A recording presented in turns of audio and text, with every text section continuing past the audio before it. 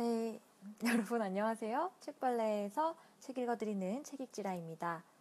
이 각도로 방송하는 건 굉장히 오랜만인 것 같아요. 그래서 저도 홈그라운드에서 오랜만에 편안한 마음으로 셀카 모드로 준비를 하고 있습니다. 오늘은 프로 작가의 탐나는 글쓰기라는 책을 가지고 왔어요. 이거는 저희 그 개발자님이 먼저 읽으셨는데 막 글쓰기 이야기예요. 솔직히 저는 막 글쓰기에 대한 글을 써가지고 막 작가가 돼야지? 약간 이런 마음은 없었어서 관심 있는 분야가 아니었는데 추천을 해주셨어요. 저희 개발자님이 읽어보시더니 이거 굉장히 재밌고 그냥 일상에서 많이 활용할 수 있는 이야기고 또 읽어보니까 막상 제가 맨날 방송을 하면서 어떻게 구성을 할지 또 어떤 식으로 이야기를 전개하면 좋을지 이런 이야기들이 담겨 있어서 굉장히 재밌게 읽고 있는 책인데요. 거꾸로 보시죠. 프로 작가의 탐나는 글쓰기. 그래서 오늘 한번 이 책을 저희가 사실 매일 페이스북이나 뭐 이런 소셜 글쓰기들을 하잖아요. 그러다 보니까 사람들이 점점 글쓰기에 대한 그런 잘 쓰고 싶다는 생각이 높아지는 것 같아요. 그래서 이런 책들이 많이 각광을 받고 있는데 그 중에서도 얘는 굉장히 실용적이고 꼭 글 쓰는 일뿐만 아니라 우리 일상생활에서 말하고 소셜하고 이런 부분에 굉장히 많이 응용이 될 것 같다는 생각이 들었습니다. 네, 데이먼님, 안상국님, 세정님, 명섭님 다 반갑습니다. 네, 감사합니다. 가장 열심히 해보았습니다. 그러면 시작해 볼게요.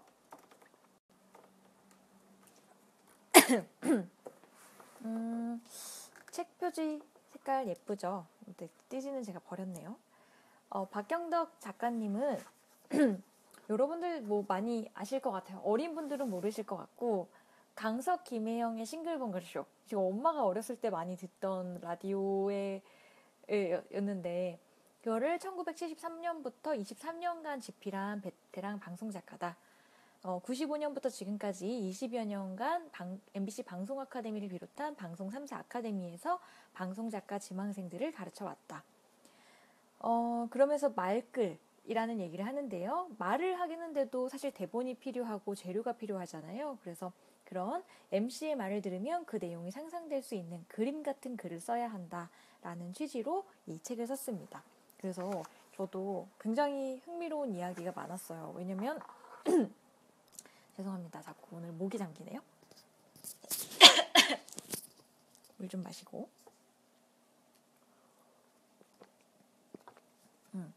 그래서 어떻게 이야기를 풀어가면 좀 흥미로울까 그런 것들이 있었는데 제가 사실 앞에도 다 밑줄을 쳤어요. 뭐 상상력이란 무엇인가, 창의력이란 무엇인가, 어떻게 우리가 기를 수 있는가 이런 부분이 있었는데 너무 뒤에 부분에 재밌고 할 말이 많아서 과감하게 건너뛰도록 하겠습니다.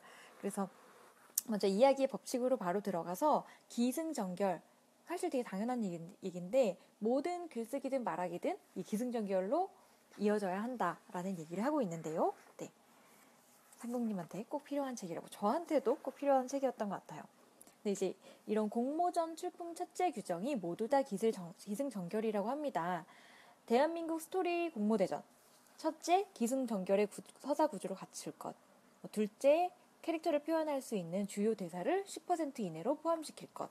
셋째, 트리트먼트 형식으로 쓸 것.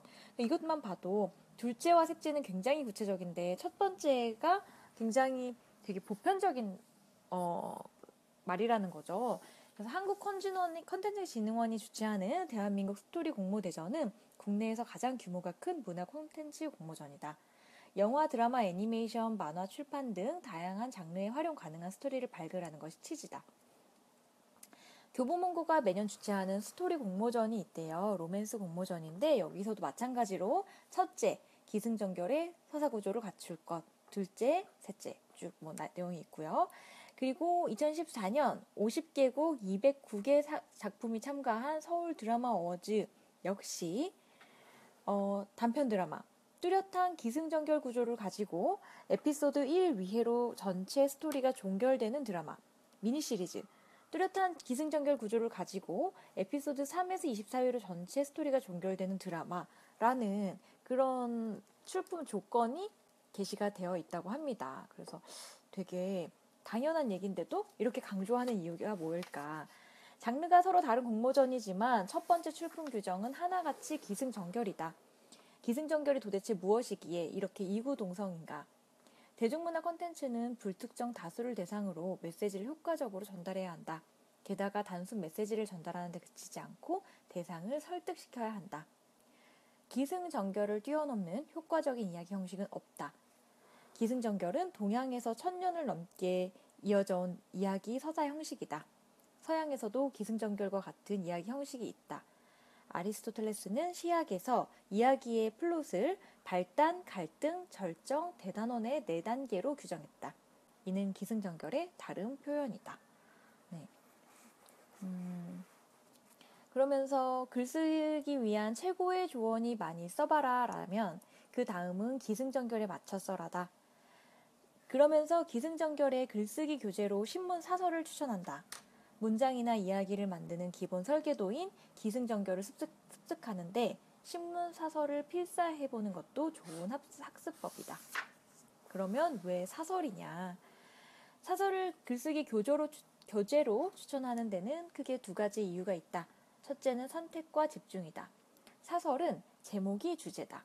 내용은 주제의 범위에서 한치도 벗어나지 않는다. 한 가지 주제를 선택하면 처음부터 끝까지 그 주제에만 집중한다.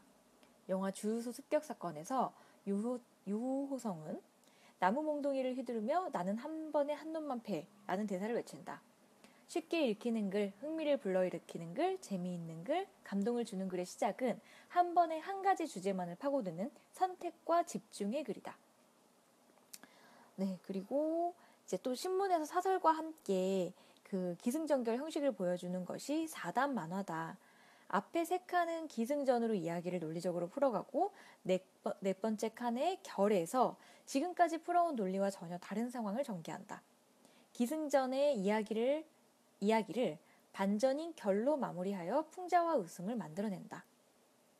그래서 기승전결은 물론 글쓰기는 물론 이야기 만들기, 스토리텔링의 주요한 형식이다. 그뿐만 아니라 이야기의 서사 구조가 필요한 대중문화 콘텐츠 대부분에 활용되고 있다. 영화, 애니메이션, 만화, 음악, 그리고 드라마, 다큐멘터리, 예능, 오락 등 방송 콘텐츠는 물론 영화제, 시상식, 미스코리아 선발대회 등에도 기승전결이 활용된다. 그래서 여기 보면 그 시상식을 할 때도 이러한 구조로 가는데 배치를 이렇게 한대요. 그래서 남녀 신인상이 어느 정도 기에서 흥미를 끌어주고 그다음에 뭐 경과 보고 했다가 이제 그냥 뭐 작은 상들, 그리고 공연 1을 했다가 남녀 조연상, 공연 2를 했다가 남녀 주연상, 감독상, 작품상 이거를 뒤에 배치해가지고 기승전결을 살리죠. 방송 작가들은 이런 면도 고려를 하는 것 같아요. 뿐만 아니라 우리 일상생활에도 기승전결이 많이 있다는 거죠. 그래서 전시장이나 백화점 영업장의 디스플레이도 기승전결을 활용한다. 쇼윈도 입구에 들어가 첫 번째 눈에 뜨는 곳이 기다. 여기에 신상품을 진열해 행인의 눈길을 끈다. 문을 열고 조금 안쪽으로 들어간 곳이 승이다. 다양한 액세서리 소품들이 진열돼 있다. 그리고 영업장 중간쯤이 전이고 주력 상품들이 전시되어 있다. 영업장 끝 가장 깊숙한 부분이 결이다. 최고의 명품들을 진열한다. 네, 이런 식으로 디스플레이도 기승전결을 따라간다. 그리고 이건 팁인데요. 집들이 음식을 준비할 때도 기승전결을 활용할 수 있다. 그래서 4가지 요리와 간단한 접시 요리 3가지를 준비한다. 주요리는 마지막에, 화려한 요리는 처음에 낸다. 나머지 2가지 요리는 승과 전에 내고 요리 사이사이에 간단한 접시 요리를 낸다. 이런 배열만으로도 생각 없이 음식을 내놓을 때보다 몇 배의 찬사를 듣는다. 네, 그죠? 세정님 말대로 기승전결이 어디에나 적용되는 것 같아요. 그래서 저도 보면 생각했어요. 우리 책 읽지라 라이브에도 기승전결을 좀 넣어야겠다. 뭐 이런 생각을 해봤는데요. 기승전결은 당나라 한시 형식에서 비롯됐다고 합니다. 그래서 시상을 일으키고 승은 그것을 이어받아 발전시키고 전은 장면과 시상을 새롭게 전환한다. 결은 전체를 묶어서 여운과 여정이 깃들도록 끝을 맺는다가 기승전결이라고 합니다. 여러분도 사실 기승전결의 의미는 이제 명확하게 아시겠죠? 이거 좀 흥미로웠어요. 조금 풀어서 보면 기는 시작이다. 무슨 이야기를 하려는지 소개해야 한다. 그리고 나서 이야기의 실마리를 꺼낸다. 그러니까 무작정 이야기를 꺼내는 게 아니라 무슨 이야기를 할지를 어느 정도 풀어주는 거예요. 그래서 본격적인 스토리텔링에서는 소명을 받는다고 한다. 이게 이제 영화 러브 스토리의 도입부인데요. 25살의 죽은 여자에 관해 무슨 말을 할 수 있을까? 그녀가 예뻤다고, 그리고 총명했다고, 그녀가 모차르트와 바흐를 사랑했다고, 그리고 비틀스를 사랑했다고, 그리고 나를 사랑했다고. 네, 영화 러브 스토리의 도입부가 이렇게 시작된대요. 첫 번째 저 글을 읽고 저 좀 소름이 끼쳤어요. 사실은 이제 25살의 죽은 여자에 관한 이야기가 펼쳐질 거라는 거잖아요. 그래서 앞으로 어떤 이야기가 이어질지를 모두 담은 나레이션으로 시작됩니다. 승은 기에서 시작된 이야기가 발전돼가는 과정이다. 가장 많은 등장인물과 다양한 에피소드가 전개된다. 기승전결 중 긴장감은 떨어지지만 가장 흥미로운 부분이다. 이야기의 재미는 승에 있다고도 한다. 네. 그리고 전은 반전의 전이고 전개의 전이다. 작가가 말하고자 하는 의도가 드러나는 지점이다. 전이 어떻게 펼쳐지느냐에 따라 이야기의 성패가 갈린다. 그리고 결은 기승전을 거친 이야기의 갈등이 해소되며 결론을 맺는 부분이다. 이야기 만들기에서는 대반전이 일어나는 것이다.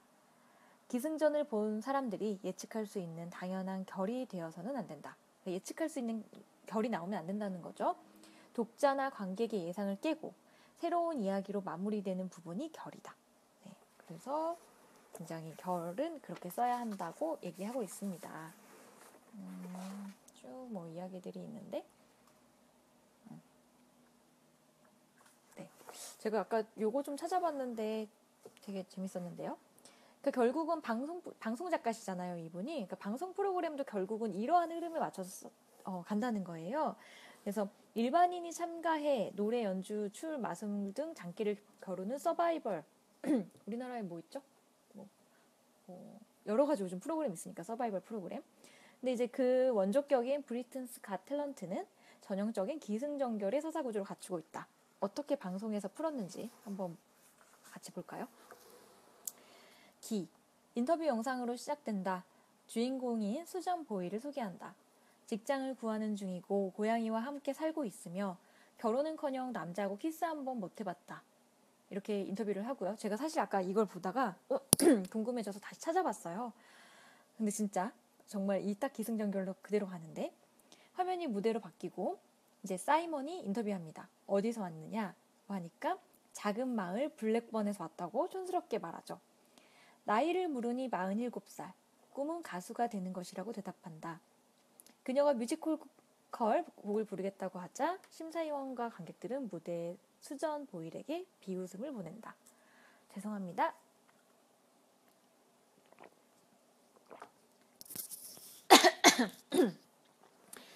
전주가 시작됐다. 이 중년의 여성이 과연 어떻게 노래할까 궁금해하는 심사위원들의 표정이 화면에 비친다. 노래가 시작됐다. 오늘 왜 이럴까요?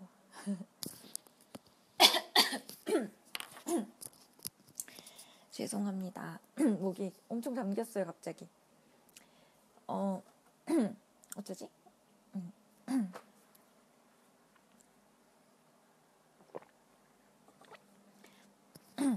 감기가 오는 걸까요? 에어컨 바람 많이 쐬서? 전주가 시작됐다. 이 중년의 여성이 과연 어떻게 노래할까 궁금해하는 심사위원들의 표정이 화면에 비친다. 노래가 시작됐다. 수전 보일의 감미로운 천상의 목소리가 터져나온다. 객석에서는 환호와 박수를 보내며 열광하기 시작한다. 심사위원들은 마치 상큼한 과일즙을 삼킨 듯 환희의 표정이다. 보일의 노래가 계속될수록 객석과 심사위원석에서 환호가 커진다. 사이먼은 이럴 수가 하는 표정으로 겸연쩍은 웃음을 지어 보인다. 네, 그렇게 아만다는 또 뭐 두 손을 모아 잡고 감동한 표정을 짓는다. 천천히 할게요. 그녀의 매혹적인 목소리에 관객들의 반응은 더욱 폭발적이 되어간다. 객석에서 환호가 끊이지 않는다. 아만다는 자리에서 일어나 박수를 친다. 사이먼은 탁자에 턱을 받치고 경청하다 환한 웃음을 짓는다. 노래가 끝나자 모두 일어서서 박수와 찬사를 보내지만 사이먼은 끝까지 일어나지 않고 버틴다.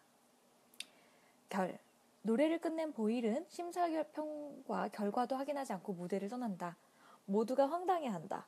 당황한 사이먼과 홀덴이 보일을 향해 소리친다. 저기요, 돌아와요. 나도 온몸에 소름이 돋았어요. 여기 모든 사람이 생각도 못했잖아요. 솔직히 모두가 시니컬했어요. 내 인생 최대의 반전이었고 이런 훌륭한 노래를 듣게 돼서 최고의 영광입니다. 무대에 처음 섰을 때 수전 보이를 무시했던 사이먼의 태도도 180도 달라졌고 또다시 유쾌한 웃음을 선사했다. 수전, 이제 마을로 당당히 돌아갈 수 있게 됐습니다. 3명 다 예스입니다. 사이먼의 최종 발표에 보일은 무대에서 발을 구르고 손을 치켜들었다. 관객들은 모두 일어서서 무대를 떠나는 그녀에게 환호와 박수를 보냈다. 예선이 시작되기 전 진행자와 사전 인터뷰 장면, 무대에서 기다리는 모습까지 사전 녹화로 담았다. 뿐만 아니라 그녀가 무대에 올라 심사위원들과 인터뷰한 장면과 무대에서 노래 부르는 모습, 무대를 지켜보는 관객의 표정 등 그녀가 관련된 많은 에피소드가 영상으로 녹화됐다. 그녀의 모습을 담은 녹화 테이프의 전체 분량은 수십 분에 달할 것이다. 그래서 아까 이거 읽다가 사실 수전 보일이 그때 어떤 노래를 불렀죠? 레미제라블에 들어갔던 I Dreamed a Dream을 부르는데 그걸 한번 찾아봤어요, 유튜브에서. 근데 정말 이거 그대로 나오는데 그 기승전결의 감동 때문에 굉장히 소름이 끼치거든요. 이것도 역시 방송 작가들의 어떤 철저한 이제 약간 기승전결을 의도했다라는 것이죠. 그래서 실전 글쓰기를 한번 볼게요. 그래서 이분이 매일 강석 김혜용의 싱글벙글 쇼의 꽁트 코너를 연재하셨다고 해요. 연재라기보다 매일 썼겠죠. 그래서 반전이 있는 짧은 글이다. 이야기를 시작해서 반전을 주고 그 반전을 마무리 지어 청취자의 마음을 움직이도록 원고를 완성해야 한다. 양심보감이라는 코너가 있었는데 동서고금의 현자들이 말한 삶의 지혜를 소개하는 코너다. 네, 이분이 어떻게 전개했는지 짧은 글이지만 함께 살펴볼까요? 집에 자녀의 친구들이 놀러 왔는데 한 아이가 인사도 잘하고 뭘 주든 고마워하면서 기뻐한다면 기분이 어떻겠습니까? 더욱이 그 아이가 여러분을 마치 친부모처럼 따른다면 어떻겠습니까?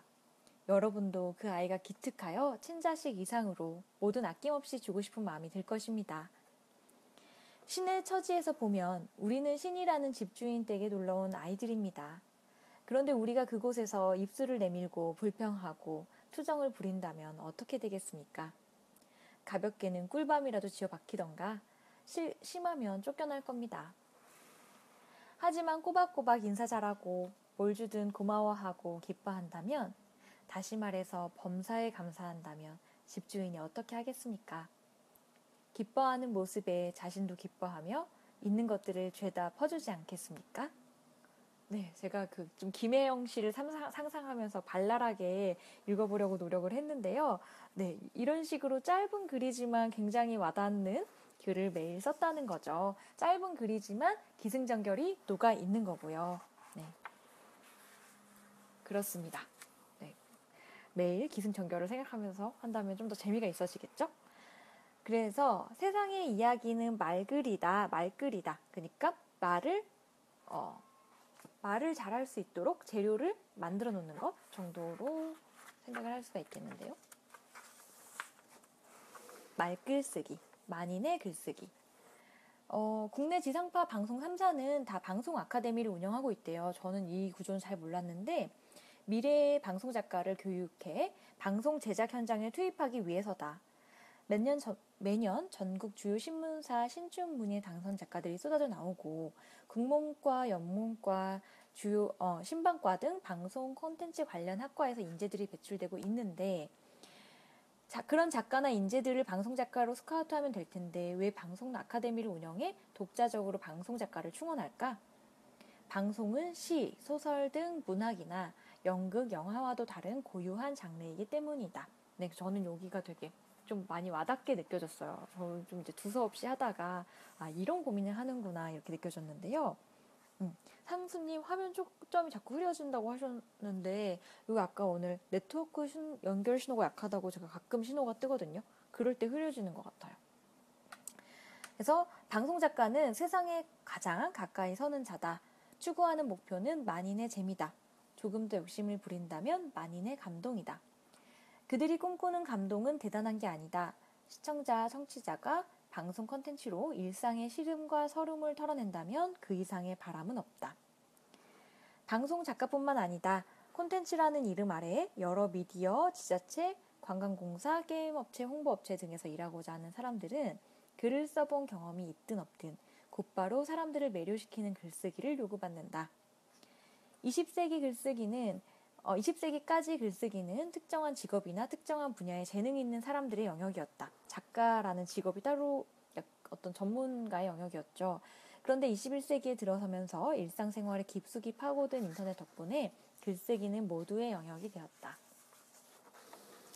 카페나 블로그 등 전통 인터넷 미디어는 물론 트위터, 페이스북 등 SNS는 1인 방송과 다를 바 없다. 말글쓰기는 인터넷으로 시작된 모두의 글쓰기, 새로운 글쓰기에 관심 있는 사람들을 위한 손쉽고도 강력한 제안이다. 그래서 저도 너무 공감이 갔던 게 저도 카드뉴스 만들 일이 되게 많거든요. 근데 카드뉴스 만들 때 뭐 우리 PPT 만들 때도 마찬가지고 일단 글을 한번 짧고 간결하게 써놓고 시작을 하게 되잖아요. 그러니까 이제 글쓰기가 누구한테나 약간 피할 수 없는 숙명이 되지 않았나 이런 생각이 들었어요. 근데 어떻게 하라 그러냐면 일단 글을 써라. 네 스타일대로. 100명의 작가는 100가지 글쓰기를 한다. 그러니 우리도 내 스타일대로 쓰면 된다. 글쓰기를 제대로 해본 적도 없는데 스타일 운운한다고 기죽을 필요 없다. 글이란 말을 정리한 것이고 말이란 생각을 정리한 것이다. 일단 생각을 말로 바꾸고 그 말을 글로 쓰면 된다. 굉장히 시원시원하게 말씀을 해주시죠. 그러면서 파인딩 포레스터라는 영화 속에 나오는 말이래요. 글쓰기에서 가장 중요한 점은 글을 쓰는 거야. 생각하는 것이 아니라고. 이것이 글쓰기의 핵심이다. 글쓰기를 위한 이론도 한 문장이다. 일단 글을 써라. 글쓰기란 연주하기, 수영하기, 자전거 타기와 같다. 그러니까 발을 굴러야 자전거가 나가는 것처럼 글을 먼저 쓰자라는 이야기를 하고 있습니다. 그러면서 생각을 글로 옮기려 하지 마라. 생각을 먼저 말로 바꾸자. 그리고 나서 말을 글로 옮겨라. 아니, 옮긴다기보다는 쏟아내야 한다. 말은 한 번 하면 주워 담을 방법이 없지만 글은 고치고 바꿀 수 있다. 원고지에 글 쓰던 시절에는 종이 낭비가 걱정이었지만 모니터에 글을 쓰는 요즘은 걱정할 필요가 없다. 말하듯 글을 쏟아내자. 그리고 두 번째는 마지막 문장에 마침표를 찍어라. 이건 어떤 얘기인지 바로는 안 와닿죠? 글쓰기의 초고는 회화로 치면 스케치다. 천하의 다빈치나 피카소도 먼저 스케치를 끝내고 나서 선을 다듬고 색을 입혀 글을 완성했다. 글쓰기도 다를 바 없다. 마지막 문장에 마침표를 찍는다는 것은 스케치를 끝내는 것과 같다. 그러니까 글을 다 쓴 게 아니라는 거죠. 마지막 문장에 마침표를 찍기 전까지는 글 전체를 파악할 수가 없다. 글쓰기의 절반이 가필과 교정이라고 한다. 마지막 문장에 마침표를 찍어야 하는 이유다. 그때부터 글쓰기가 시작된다. 초고부터 완성된 문장을 쓰려는 욕심은 글쓰기의 가장 큰 걸림돌이다. 이 두 가지 이야기에서 다 하나의 얘기를 하는 것 같아요. 그냥 너무 어렵게 생각하지 말고 나오는 대로 술술 쓰자. 그리고 마지막까지 다 쓴 다음에 거기서부터 고치기 시작하자라는 그런 얘기가 아닐까라고 생각이 들었습니다. 두 가지 글쓰기 방법이 있대요. 자재가 구해지는 대로 조금씩 지어가는 방법과 설계를 먼저 하고 필요한 자재를 다 갖추어 놓고 짓는 방법이다. 먼저 까치나 비버는 집 짓는 기술을 타고났기 때문에 자재가 구해질 때마다 적재적소에 쌓아 올리고 끼워 넣어 완벽한 집을 짓는다. 근데 거미는 자재를 이미 다 준비해 놓고 마구잡이로 짓지 않고 씨줄 날줄을 천천히 이제 하면서 짓는다는 거죠. 그래서 무슨 얘기를 하냐면 이미 문학가나 어떤 좀 그런 작가분들은 까치나 비버처럼 집을 지을 수 있다. 그렇지만 일반 글쓰기는 거미처럼 지으면 된다고 얘기합니다. 그래서 전업 작가가 아닌 이상 대부분은 시간이나 유용함에 방점을 찍는 글쓰기를 한다. 일반적인 글쓰기에서는 무엇을 어떻게 쓸 것인지 대강의 설계도부터 그리는 글쓰기를 권한다고 말하고 있습니다. 그리고 당연한 얘기겠지만 우리가 글을 쓸 때는 상대의 마음을 움직여라. 이게 중요하다는 거예요. 이분이 그러니까 인터넷 세상이 시작되면서 글쓰기는 만인의 일상사가 됐다. 프레시안 글쓰기 학교 문화 콘텐츠 스토리텔링 강좌를 3년 동안 진행하셨대요. 그러면서 수강생들을 대상으로 글쓰기를 왜 하는가에 대해 설문조사를 했는데 가장 많은 대답은 하고 싶은 말을 글로 쓰기 위해서였대요. 하고 싶은 말을 글로 옮기는 글쓰기라면 잘못된 글쓰기다. 내가 하고 싶어하는 말은 나만 흥미를 느끼는 글이다. 하고 싶은 말이 아니라 꼭 해야 할 말만 써야 한다. 내가 쓰고 싶은 글이 아니라 읽는 사람이 흥미를 느끼는 글을 써야 한다. 글에는 대상이 있다. 그리고 글의 최종 목적은 대상의 마음을 움직이는 것이다. 약간 그런 생각이 들었어요. 아, 역시 또 글쓰기도 연애인가? 네, 내 맘대로 하면 안 되고 상대방이 듣고 싶은 말을 해줘야 되는군 이라는 생각이 들었습니다. 자, 그래서 글쓰기 잘하는 방법 첫 번째, 간절하자입니다. 시청자는 우리가 흘린 땀과 눈물로 우리를 평가한다. 이거 요즘 분들은 잘 모르겠죠? MBC TV 이경규가 간다 차선 지키기 캠페인 양심냉장고 기억나시죠? 늦은 밤 인적 없는 도로에서 교통신호를 지키는 양심 운전자를 찾는 몰래카메라다.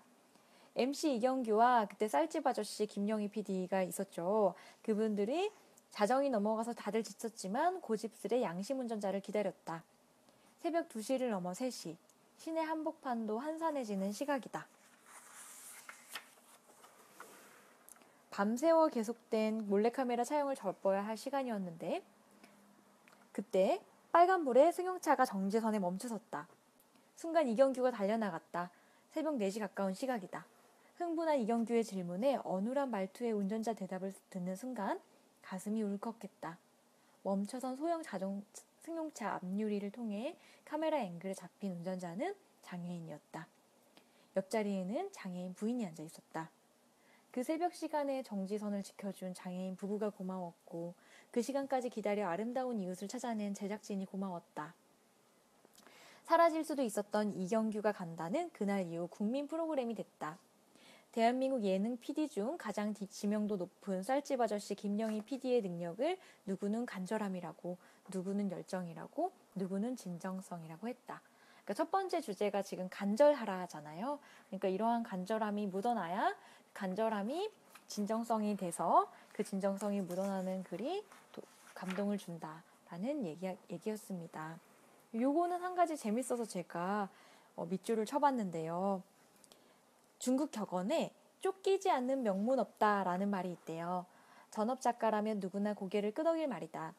마감이 닥쳐야 글쓰기 시작하는 작가들을 게으르다고 질타하지 말아야 한다. 발등의 불은 집중과 몰입의 방편이다. 오죽했으면 마감이 재능이다 라는 말이 생겼겠는가. 자발적 몰입은 모든 작가의 궁극적인 꿈이다. 사사로운 생각을 버리고 집중을 넘어 몰입이 올 때 명문도 나오고 생각지 못한 창의적인 아이디어도 나온다. 하지만 자발적인 몰입에 들기는 쉽지 않다. 그 아까 읽었던 그 꽁트 있잖아요. 그걸 23년 동안 날마다 꽁트를 써왔대요. 그러면서 날마다 성격이 다른 꽁트 7개를 썼다. 확실한 반전으로 웃음을 만들었다. 다들 궁금해했다. 혼자서 그게 정말 가능해? 그래서 어떻게 했냐면 물리적 몰입을 했대요. 낮 12시 25분부터 생방송이 시작되는데 오전 11시까지 모든 뉴스를 다 검토한 뒤 쓸 내용을 정리한다. 원고를 쓰기 위해 펜을 드는 시간은 11시 반이다. 1시간 남았죠? 1시간 안 남았네. 55분 남았죠? 꽁트 3개를 완성해야 된대요. 나머지 원고는 생방송 중에 써나간대요. 그러니까 하루에 7개인 거죠. 마지막 꽁트가 방송되는 시간은 낮 1시 35분, 적어도 1시 30분까지는 정말 이거 뭐랄까 엄청 긴박한 대본인데요. 생방송 스튜디오에 원고가 전달되어야 한다. 40여 장의 원고를 쓰는데 스스로 정한 시간은 단 2시간이다. 원고를 쓰는 순간 아무 생각도 할 수 없다. 다른 생각을 했다가 그 시간에 원고를 끝낼 수 없다. 피를 말리는 긴장이 뒤따른다. 11시 30분 전에 여유있게 원고를 쓸 수도 있다. 당연히 시도해봤다. 긴장이 풀어져 밀도 높은 원고가 나오지 않았다. 벼랑 끝에서 칼 끝에 목을 대고 쓰는 듯한 2시간 동안의 긴장이 날마다 40여 장의 꽁트를 쓰게 한 힘이다. 네, 그래서 엄청난 벼락치 그런 스릴로 아까 같은 그런 기승전결이 나오는 꽁트를 쓰셨다고 하네요. 근데 집중 몰입의 재능이 없어도 포기하지 말자라고 합니다. 중용에 보면 이런 말이 있대요.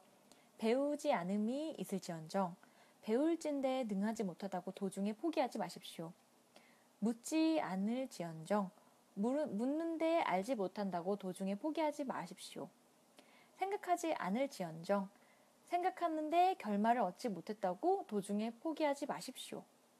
분별하지 않을지언정 분별할진데 분명하지 못하다고 도중에 포기하지 마십시오. 행하지 않을지언정 행하면서도 독실하지 못하다고 도중에 포기하지 마십시오. 조금 어렵지만 정리를 하면 글 쓰려 하지 마라. 간절하지 않다면. 그런데 쓰기 시작하면 마지막 문장에 마침표를 찍을 때까지 써가라 라고 이 작가님은 이렇게 해석을 하고 있어요. 그러면서 또 중용에 나오는 말에 조랑말이 열흘에 가는 방법을 이렇게 말한대요. 남이 한 번에 능하거든 나는 100번을 하며 남이 10번에 능하거든 나는 1000번을 하리라. 굉장히 노력을 강조하는. 즐긴다 함은 몰입한다는 말의 다른 표현이다. 즐기는 것이 능력이다.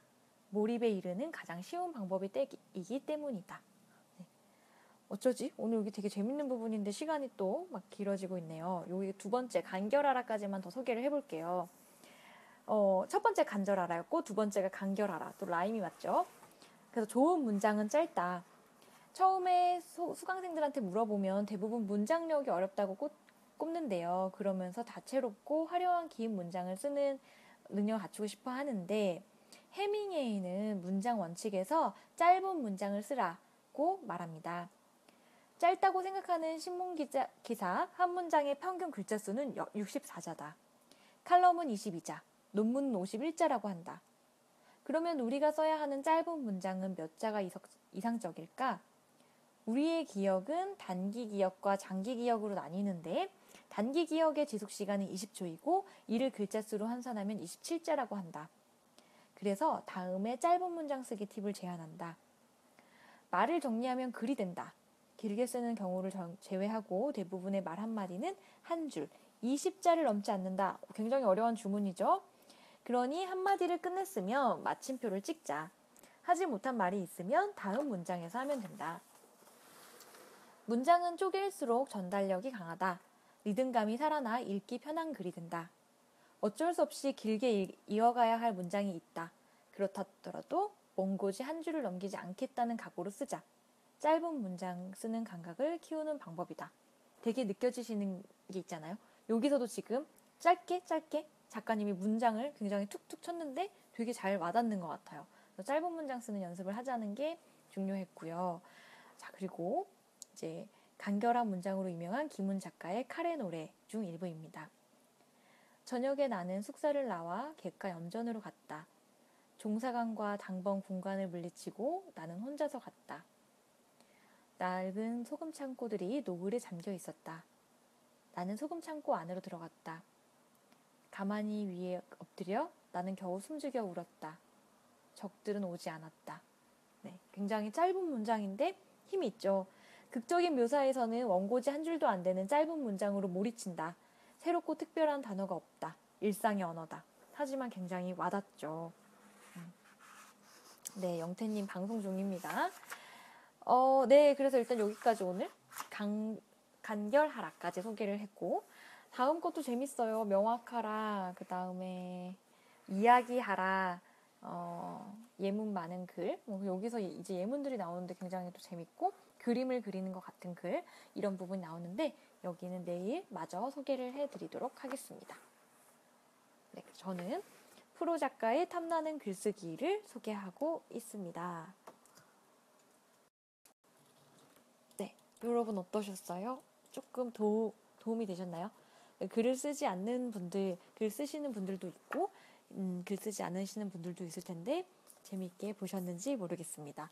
저는 개인적으로 제가 막 글을 쓰고 있진 않지만 실제로 지금 이렇게 매일 말을 해야 되는 일을 하면서 굉장히 이런 부분도 생각을 해봐야겠다라는 깨달음을 많이 주었던 책인 것 같아요. 네, 또 좋은 책이죠, 상국님. 네, 그래서 사실 글쓰기라는 소재를 저하고는 먼 일이라고 생각했는데 막상 보니까 나하고도 멀지 않은 일이구나. 또 우리가 소셜에서 간결하게 재미있게 사람들한테 공감시키려면 어떻게 해야 되는구나. 이런 것들을 많이 배우게 된 책입니다.